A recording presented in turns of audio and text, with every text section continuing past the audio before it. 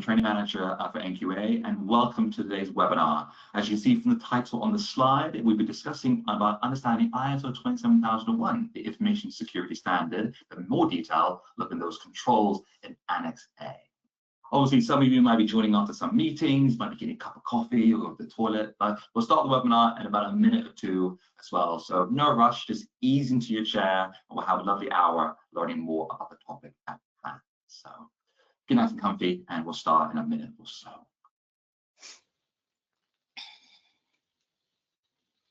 You see about 64, 65 delegates already joining, which is an excellent attendance for today. Hopefully learn lots about the controls for ISO 27001.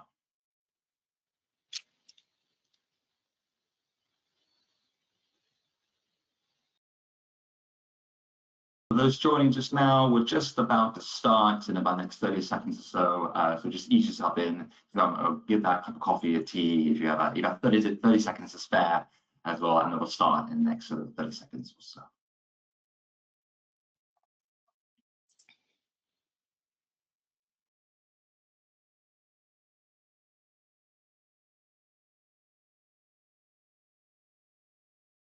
Right, I'm not sure there has been 30 seconds or not, but we're going to start anyway. But thank you very much everyone for attending today. My name is Charles Beecroft. I am the Training Manager at NQA, and as you can see from the slide here, we'll be looking at the webinar, looking at how we can understand more of the ISO 27001 controls in Annex A. I am actually joined by Sarah Clyde, who is one of our NQA ISMS tutors, who will be obviously delivering training for us on this topic in the next year, and also delivering the webinar in detail. But before we go into that in detail, Sarah, can you go to the next slide for me, please? Thank you. And so just for those people who are not aware of NQA, I think most people are aware, but I'll just go through this in more detail. As you might be aware, NQA is a world-leading certification body with global operations, and we're based all around the world. As you can see there, in places like London, the United States, in Asia as well, different parts. And you can see the different elements there in terms of whether we're top 3 or top in different sectors as well. And we also have a significant pedigree in information security, with many different auditors experience delivering this for thousands of clients across the world.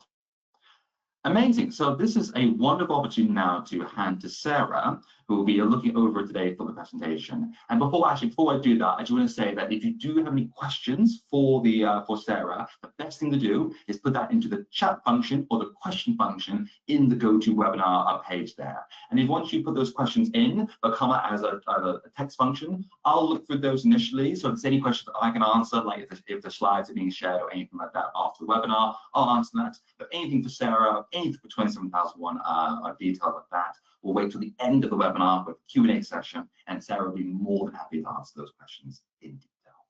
But I've talked way too much now, so I'm going to pass over to Sarah. So thank you very much for being patient. Thank you, Charles. So hello, everyone, and thank you for joining today's webinar. Before I dive into the content, I just wanted to give a brief overview of my background. So I've worked in information security and IT now for about 20 years, primarily in governance, risk and compliance roles. I hold a few professional certificates. I'm not going to go through all of them. I just wanted to mention the ones that are most relevant to today's webinar. So I'm a lead auditor in ISO 27001. I've been an ISACA member for about 5 years or so.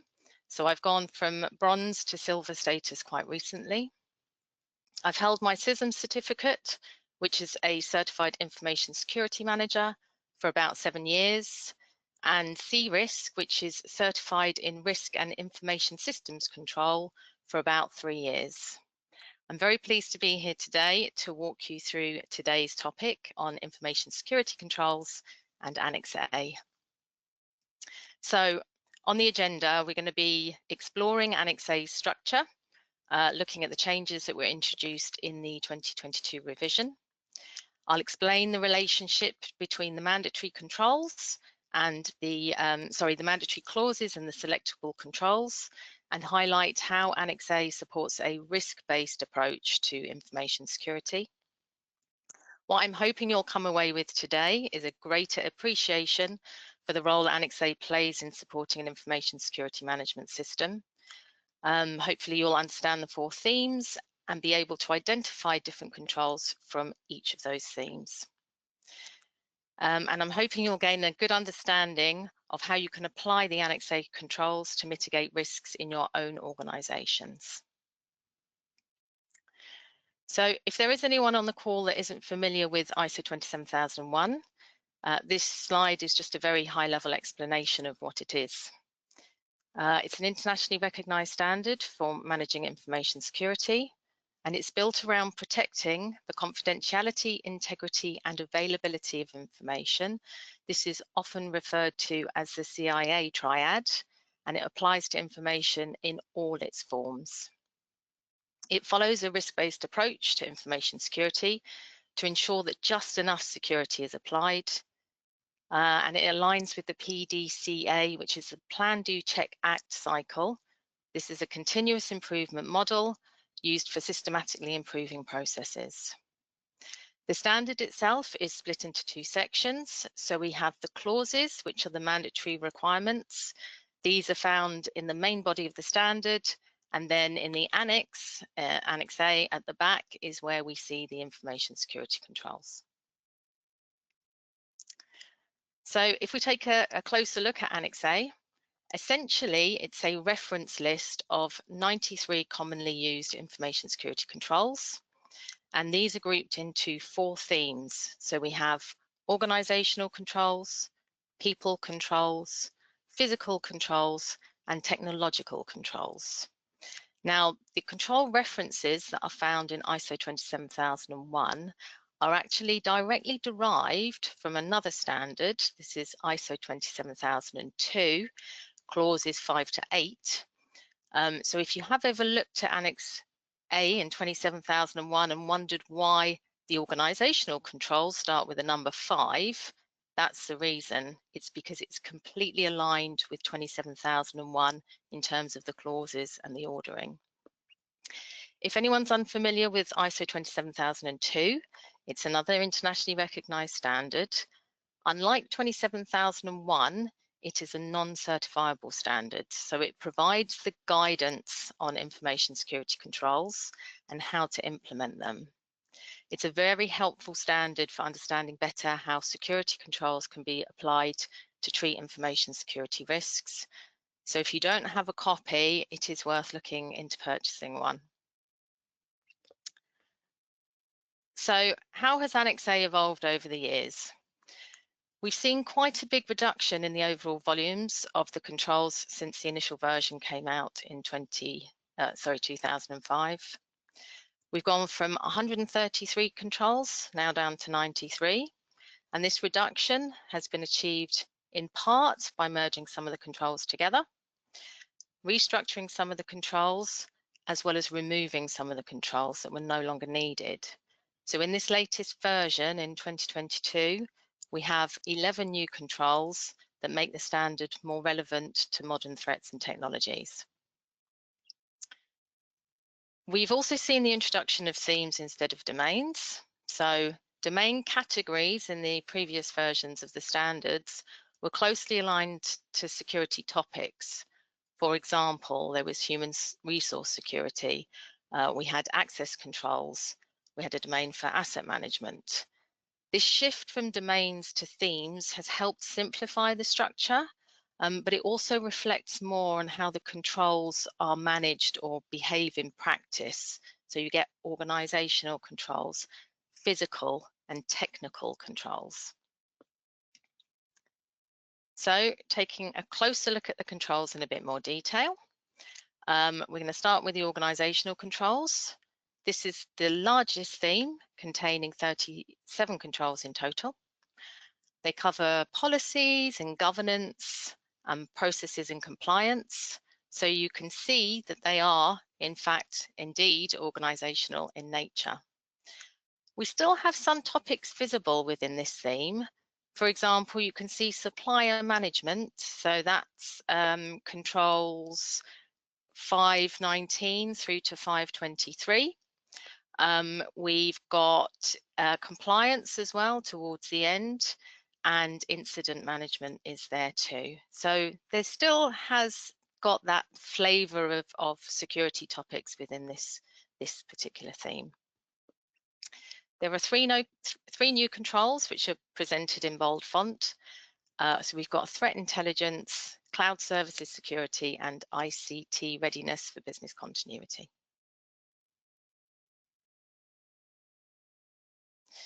So the next theme are our people controls. These focus on the people element, personnel and behaviours. There's just 8 controls in this theme, so this is the smallest group. And in fact, there are no new controls that were added in the 2022 version. So for anyone familiar with the previous versions of the standard, this theme has been quite easy to adapt to. People controls are critical for managing insider threats and for promoting a security-aware culture across the business. So we're on to physical controls. So the physical controls deal with physical access to information, equipment and facilities, as well as protecting from environmental threats. It's the second smallest group with just 14 controls in total, and one new addition, which is physical security monitoring. And finally, we have technological controls. So this is the second largest group, and they are about protecting digital information and networks using technical safeguards. This group is vital for defending against cyber threats and ensuring secure system development and operations. In this theme, there are 34 controls in total, with 7 new controls being added in the 2022 revision. There's a bit of difference from the previous versions. This is probably the theme that has changed the most and people may find the hardest to adapt to. So while I previously mentioned that the standard was split into the mandatory clauses that you find in the main body of the standard and the selectable controls in Annex A, they don't work in isolation. So Annex A isn't just a standalone list of controls. It's closely tied to the main clauses of the standard, and this is through the PDCA cycle or Plan, Do, Check, Act cycle.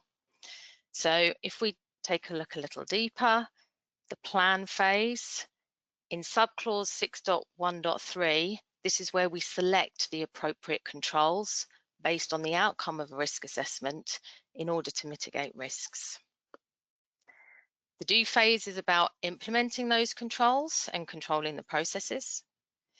In the check phase, the focus is on monitoring and reviewing the effectiveness of those controls. And finally, the act phase, this is where we ensure continual improvement based on what's been learned. So this linkage back from the clauses, so the controls to the clauses, supports the full life cycle of an ISMS. And this helps organisations not just to implement the controls, but to actually manage and improve them over time. So I'm going to dig a little deeper into the planning phase and subclause 6.1.3, just in terms of control selection, as I think this can be a little tricky to navigate.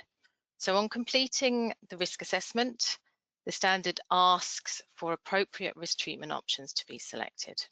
So typically, these can be something along the lines of accepting a risk because your risk acceptance criteria has been met. You could avoid a risk, so not going ahead with an activity that leads to a particular risk.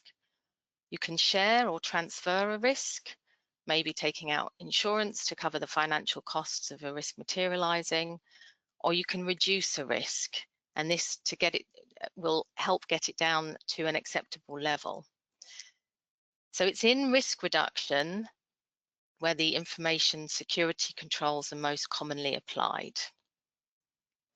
So the standard tells you to determine the controls that are necessary for those risk treatment options, and that these controls can be selected from any source. So you can come up with them yourself, or you can use any framework, standard, any source to come up with those controls that are necessary for your risk treatment options. It is quite rare to have a one-to-one relationship between controls and risks. Normally, to mitigate a risk, you generally will have a combination of different controls, and one control can often mitigate more than one risk. So bear this in mind during control selection. Once the controls have been determined, there is a step in the standard that asks for those controls to be verified against the control references in Annex A. So this is to ensure that no necessary controls have been inadvertently omitted. There's also a note in the standard that says Annex A is not an exhaustive list, so additional controls can be applied where necessary. And then it's producing the Statement of Applicability, or SOA. So this is a key document that explains your control selection. You need to state in your SOA which controls from Annex A are included, including any additional ones you may be adding. You need the justification or reason for including controls, and also you need to state if any of the controls from Annex A are being excluded, which ones, and the justification as to why. You also need to state whether the controls are implemented or not. If you're only going to partially include a control, and that's possible as well, perhaps only part of that control reference is relevant, then this should also be explained in the SOA. You don't need to apply all the controls from Annex A. They're not all mandatory, but you need to ensure you apply the necessary controls for maintaining or modifying risk and explain the justification for why you would leave any out. So I'm going to break this down a little further because I want to give an example of this. So this is just purely to illustrate how controls can be selected and how they can work together in order to reduce risk. So all the control references that you can see on screen could in some way, shape or form be applicable to reducing the risk of malicious software infecting an end user device. And that's whether it's reducing the likelihood of the risk from occurring or the impact of the risk, or even both.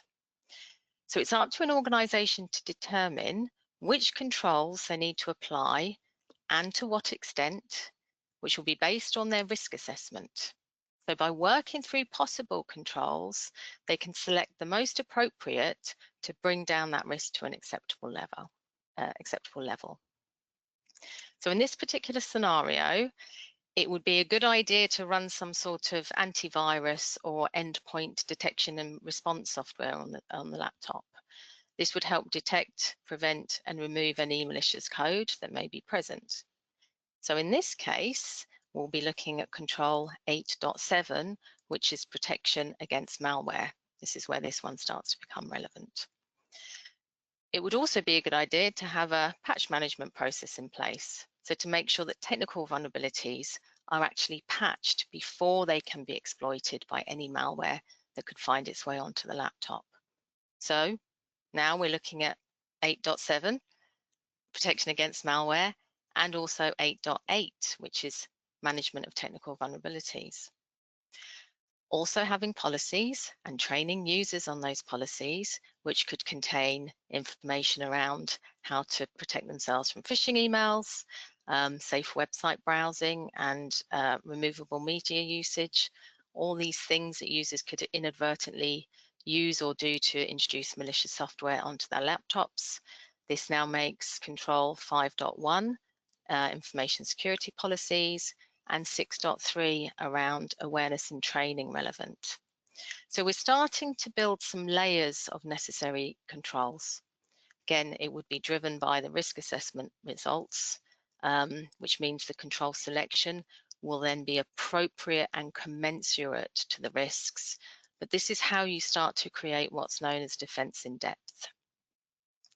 I'm going to add one more layer of complexity here and then I'm going to stop. But when selecting controls, it's also important to think about how they work together and how they interact. Controls can complement each other. So this means they may either depend on each other or can strengthen each other's effectiveness. So if we go back to that example of information security controls and training, information security policies and training, your information security policies are all well and good, but if you're training them out to your users as well, you're going to be making those policies more effective. People will comply with them better if they're trained out and they know what the content is. So that's an example of controls complementing each other. Controls can converge, which basically means they operate independently, but they address the same risk. And also they can compensate each other. So if for some reason a control that would be necessary couldn't be implemented, then you would look at alternative controls to be able to substitute that control that you weren't be able to implement to, again, make sure that risk is being brought to an acceptable level. So I know that's quite a lot to think about. I'm going to leave it there and move on to attributes. So I wanted to touch very quickly on the subject of attributes. These are found in ISO 27002. So the other standard, the information security controls and implementation guidance. So for each control listed in 27002, there is a table which contains its associated attributes. These allow controls to be viewed and organized in different ways. So for example, you could filter the controls on that top one, control type. A control may be preventive, detective or corrective, or it could be a combination of any two or all three. Another popular one is the cybersecurity concepts. So we've got identify, protect, detect, respond, and recover. So using these different views to look at your controls can help with control selection, but it can also help with mapping Annex A controls to other frameworks and standards.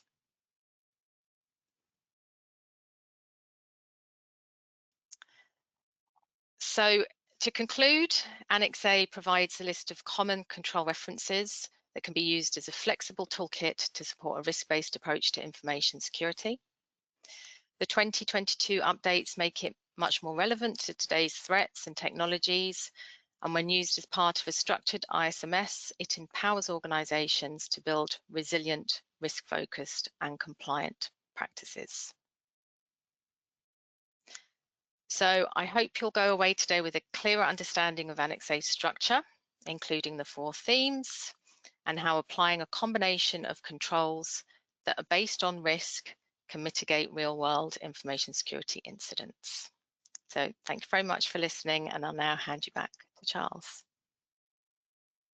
Amazing. Thank you, Sarah. Thank you so much for that. That was really, really good sort of overview in terms of different controls. And I'm hoping there'll be a lot more questions coming through about the different like, you know, the fine-tuned details about that, because I feel like you can go to that for about an hour on just one control in detail. So please, if any more questions come through. But what I'd like to say though as well is that actually we do offer some training linked into these controls that's coming up next year, in fact. And so quite amazingly, so we'll be offering a training course a new training course dedicated entirely to this topic. So it'll be a one-day course. It'll be focused on, as you say, the 27001 controls there. And Sarah kindly will be delivering that course and training. So if you want to know more about those controls, if you have a million questions, when you get into all the detail and different exercises and assessments to build your understanding on that, there's an opportunity to do that next year. What I will do as well, I will put into the chat the actual register your interest page. So if you're interested in attending this course in the future, there's no dates confirmed, anything like that. Please register your interest so you can see with different types of, so you see what you like, see what you want from that as well, and then we can incorporate that into the actual training. So I'll put that into the chat in the next couple of minutes or so. And as you can see also from the slide there, we also offer a variety of other different types of training linked into 27001 with information security. So you can see there we offer introduction, implementation, internal auditing, lead and lead audit conversion courses as well. And as you see from the slide, we are accredited by the CQI and IRCA. So CQI, the Chartered Quality Institute, as well. And this is known as the gold standard, if you will, for these types of courses. So we do a lot of work to maintain that level. So come on to our courses, you'll have a great experience at taking these courses. And as you see, also the different types of training linked to that. We also have the PIMS, or Privacy Information Management, at 27701.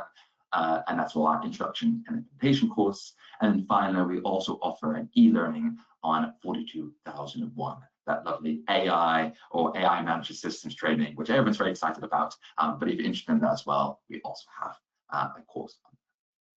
Perfect. Well, what I've done there quite nicely is I've bought time for a lot of questions. And Sarah, quite a few questions have come through the last couple of minutes as well. So if you're okay with that, I'll read them over to you, and then you can answer them one at a time. Good. Perfect. Right, I'll give them nice and big as well, so you can see. So I can see them as well. Just give me a second. Perfect. So Yuli said thank you for the presentation, which is amazing. Thank you very much for that. John said that was very comprehensive, which is very good as well. Sandra said, thank you very much, Sarah. That was a very clear and concise delivery. I needed a bit of a refresh on these concepts. So thank you for that as well. And we do have a question for Malika. I would like to understand more on the documentation of ISO 9001 and 27001 and how to do an internal audit and report generation to management. Can you please suggest?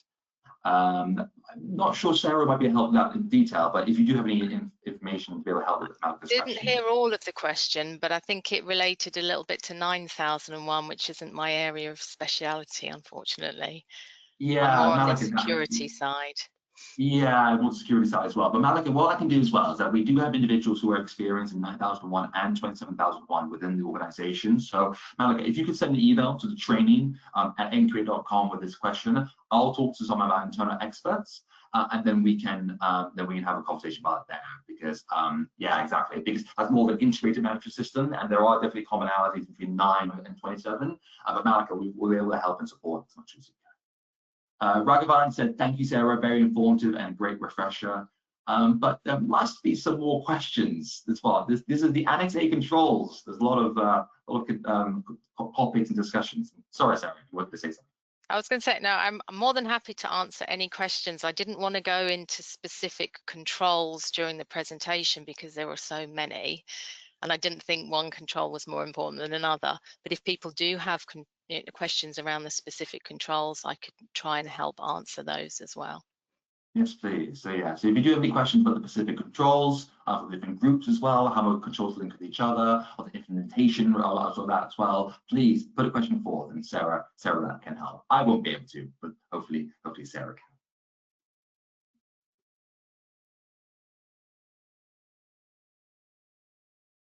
Questions as of yet. There's lots of thanks for Sarah, which is always nice. That's good. Perfect as well. We've got a question from Martin. So in the statement of applicability or SOA, do we list the documents or policies on specific control measures? So it's not a requirement to do that. So quite often organizations may have two versions of that statement of applicability. One that has the basics, the one that fulfills the requirements of the standard, but it's always helpful to have a secondary one, or you could put it in your main one that's more like a controls matrix. So the things that you could add that can add real value is not only what policies, processes, or activities that particular control or control reference is fulfilled by, but you could also put things like the control owners. So who is responsible for keeping the policy, or who owns the policy and the processes, who owns the control, who owns the delivery of the control. These can be really helpful to organize things in your own organization and get a real kind of feeling for where the accountability and the responsibility lies. So it's a very good idea to do. Amazing, perfect. Well, I'll just copy that there. So and hopefully that, Martin, has answered your question. If it hasn't, just let us know in the chat, and obviously Sarah can expand about that if needed. Martin says thanks, which is great. A question from Gemma, and I think I might be able to answer this as well. So she says ISO 27001 is based on ISO 9001 with addition of the controls, isn't it? From my understanding is that there's a little bit of a difference between the two. There's quite a few phrases and terminology that I use exclusively within 27001, example being statement of applicability as well, and there's a little more nuance between the both. Sarah, you know, it's clause 8 where the main differences lie. And if you look at clause 8, I know I said I wasn't expert on 9001. Clause A in 9001 is very comprehensive, whereas Clause A in 27001 says control your processes, control external parties that are delivering processes, do your risk assessment, do your risk treatment plan. It's a lot shorter. The other clauses are very, very similar. So issues, leadership, document control, there are a lot of similarities, but clause A is quite different. So I wouldn't say they were completely. If you were looking to integrate, then those other clauses that I've just mentioned that are very similar are the ones that you would look to join together. Do one management review, for example, include 9001 and 27001, but clause A is different. Perfect, Jen. I hope that answers your question there. Well, not up to 9000 and 27001 integrated questions there. They do, yeah, they integrate well. They do. Perfect. So, Jen, if that's if you need more answers than that, let us know in the chat. We do have some more questions for Raghavan. What are the most common challenges organizations face when implementing 27001 for the first time, and how can they be mitigated? For the first time.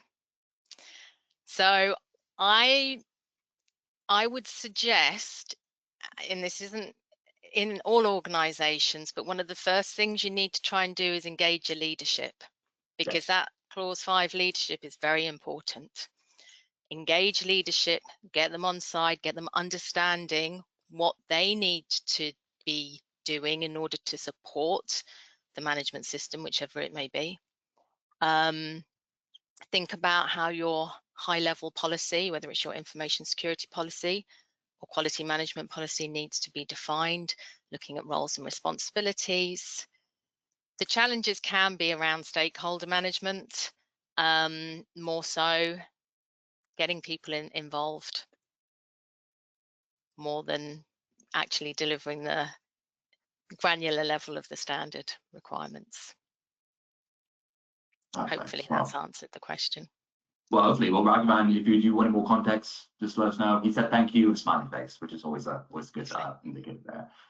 So yeah, thanks for Matt, which is great. Thanks to Martin. Question from Joe. What about controls like mobile phones and using chats as messenger apps like WhatsApp? It seems many companies are taking risks with information and data using non-corporate apps. Any thoughts on this? That's an excellent question.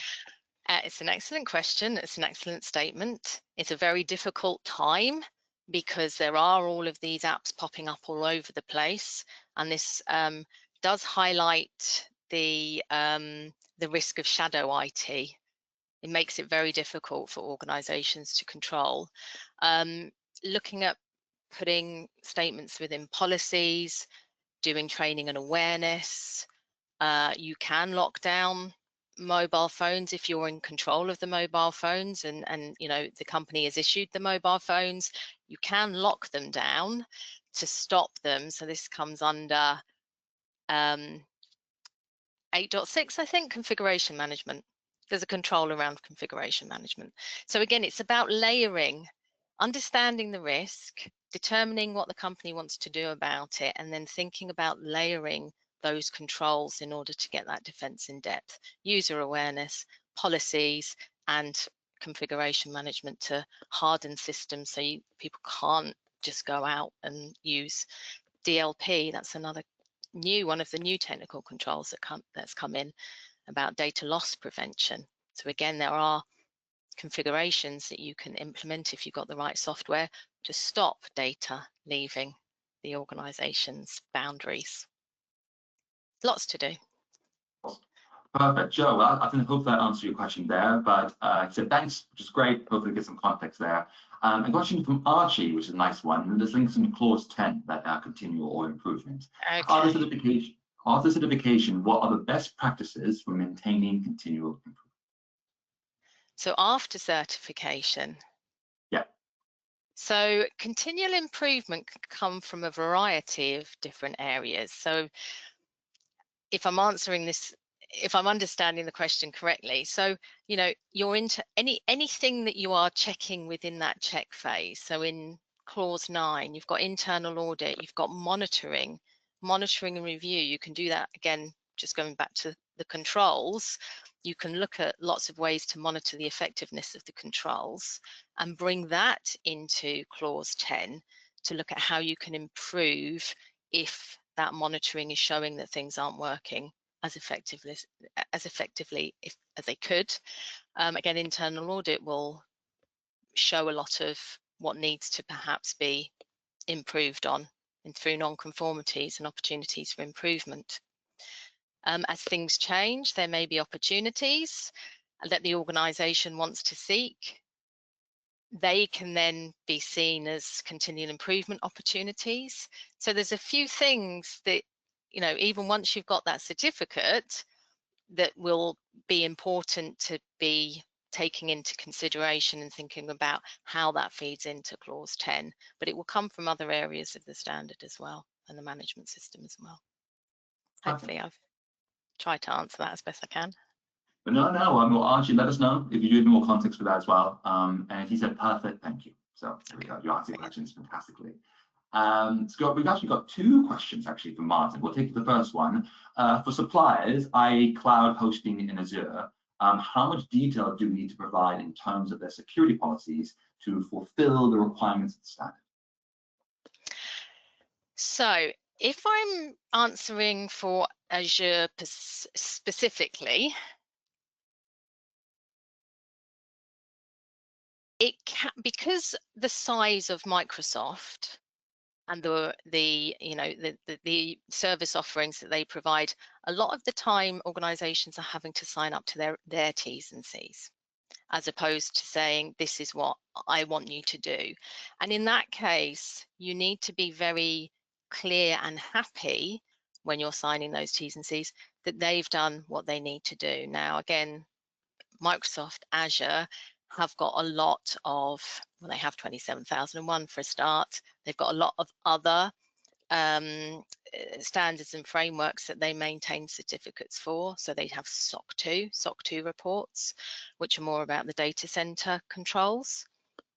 Check the SOC 2 reports, check the T's and C's, check what they are offering, and make sure you're happy and it meets your requirements for your policies and processes before you sign anything with them. If it's a smaller organization and you do have more influence to put what you want to put in there, that's when you have the opportunity to look at your risks, determine what your controls should be, and influence that goes into a contract and a legal agreement with that supplier. You've got a little bit more leeway with those types of suppliers. The big guys, you kind of are tied to sign up to what they want, but they, you know, they put a lot of security controls and things in themselves. They have to. So. Okay. I think Martin's second point, I think, links in quite nicely linked to that as well. I think he was asking, is it okay to state that they have their own accreditation, or is more detail required? But I think you already answered that question in detail. Yeah, I would still check. I wouldn't just go, oh, they've got 27, I'm gonna, you know, think that that's fine. You need to look at things like, well, what's included in their certificate? Is the scope of the services that they're providing us including in the certificate?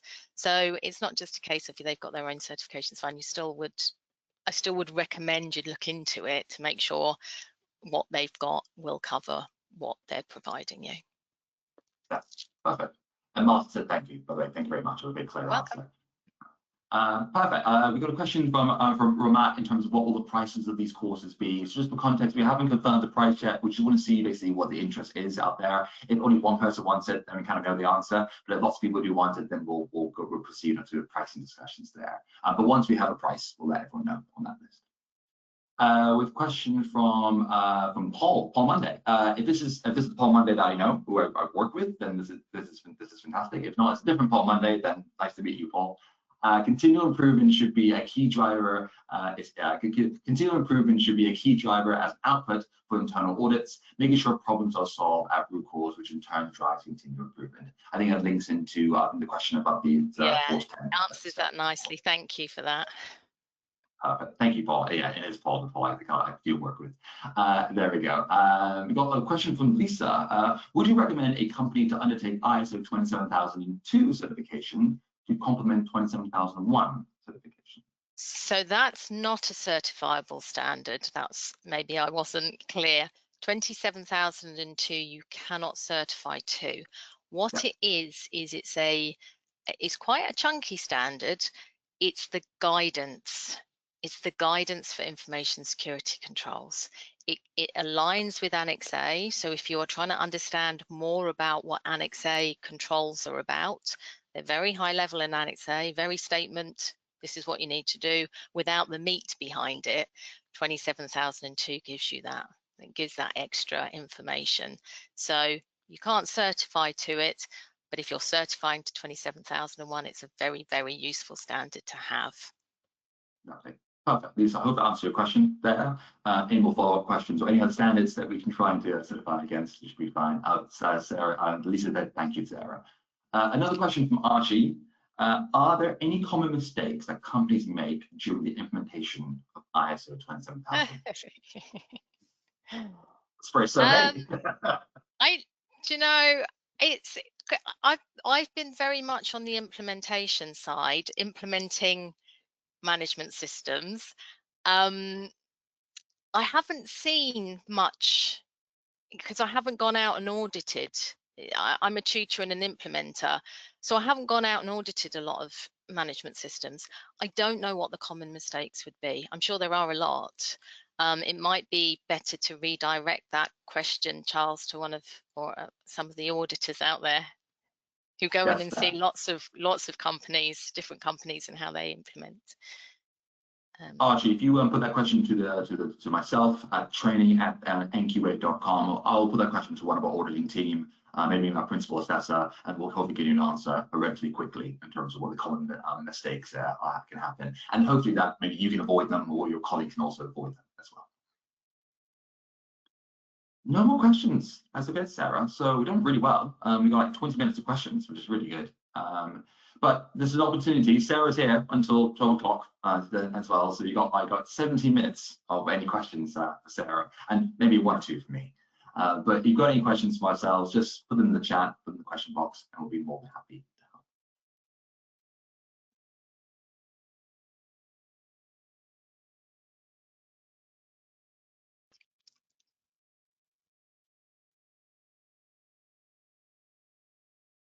help. No. We shall see. Maybe it's a wrap. Maybe that might be a wrap as well. But if no question comes to, I got a couple of points from some individuals. So Sandra, so thank you for the session. I'm a novice. I look forward to going over my notes. So Sandra, thank you for taking notes. That's excellent as well. So there we go. And then we've also got a question, a point from Annika. Thank you very much. A question for Paul Monday. Actually from Charles, what tools do NQA have for root cause training? Actually, yeah. So, well, actually, speaking of which, we do have a wonderful webinar, in fact, that we actually delivered earlier this year, delivering exactly the actual things you need to understand root cause training and non-conformities and preventive actions, whatnot. So, if you actually want to see that, there's a lovely link on our resources page and on YouTube showing that webinar for free. But if you want a bit more detail about that in more, so just to go into real like the days and into the exercises and assessments, we do have some wonderful training on that. We do that in our internal auditor and our lead auditor courses in detail, not only for 27 but other standards. So definitely, that's a great question, Paul. Some really great point there about root cause training. Sandra has put down here as well a point. Local law plays a part on mistakes made in implementation, as a standard has to be adapted differently depending on the applicable geographical and legislative area. Any comments on that, Sarah?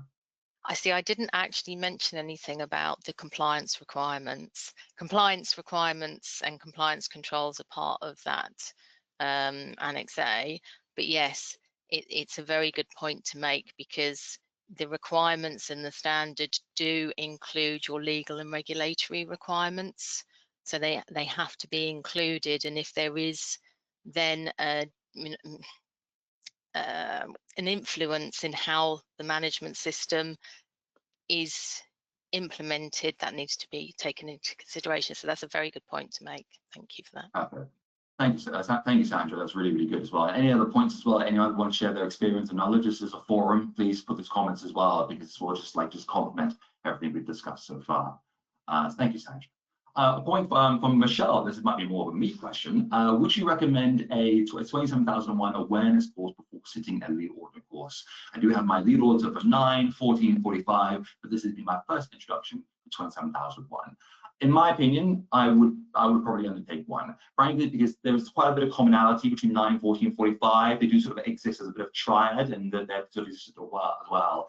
And but for example, for 27001, the controls are so important, as Sarah has talked to today, and they have less importance, say, in the other standards as well. So I highly recommend, whether it's our e-learning course or the introduction course, it put you in a really sort of like good step for jumping to that lead auditor. Otherwise, you might be struggling a little bit in that first couple of days, because first day you really understand the standard, and then day 2 and 3, you're actually applying that in those lead auditor examples to an actual fictitious company. So Michelle, yeah, if you have the opportunity, attend one of those courses, because then it just puts you in the best possible position for not only understanding 27, but applying that to into the lead auditor capacity, and then preparing yourself to do that exam at the end of the course. So highly recommend it. Thanks, Michelle. This is about to leave Sarah, but we have 3 more questions just came in as well. So, but we've got no more questions. Oh, actually, I said that. One more question from Michael. How does 27001 compare against the new 42001 AI standard? Is there a lot of similarity, or are they very different in nature? Sarah? I can't answer that. I unfortunately, I haven't looked at 42001 yet. It is something I do want to look at, but I don't. Charles, would you be able to answer it? And the best thing to do, Michael, in this case, is that we actually we did a 42001 webinar early in the year with one of our auditors, Adrian, who has experience with AI systems as well. So I highly recommend it, if you have a chance, to actually just go to our resources page on NQA, find the webinar. It's an hour long, lots of questions as well. Check that out as well. And there is a little bit of references to 27001, but it's more focused on 42. But hopefully, listening to this webinar with Sarah, and also what I'm taking in what Adrian's saying about 42001, will bridge that gap in terms of actually what the commonalities are, or the differences are between standards.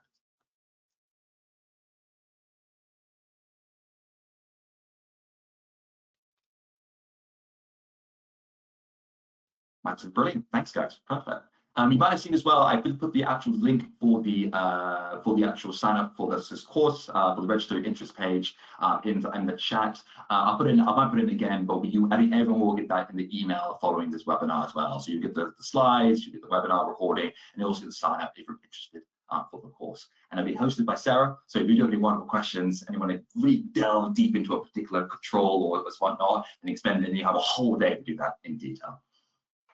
But do we have any more questions before we finish off? Paul says, thank you for a very informative webinar. Thank you, Paul. But if you have no more questions or anything, we might end it there, 11 minutes early.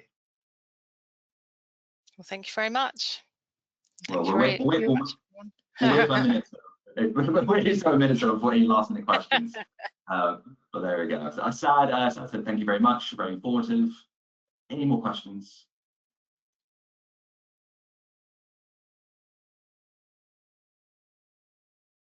No, we will. I think Sarah, we leave it there. So Sarah's been very patient with myself and everyone else. But thank you very much for your time today. It's been fantastic listening to yourself, Sarah, for all the different controls. And any questions that you get the moment you leave here, just send us an email via training@nqa.com, and we'll be more than happy to help.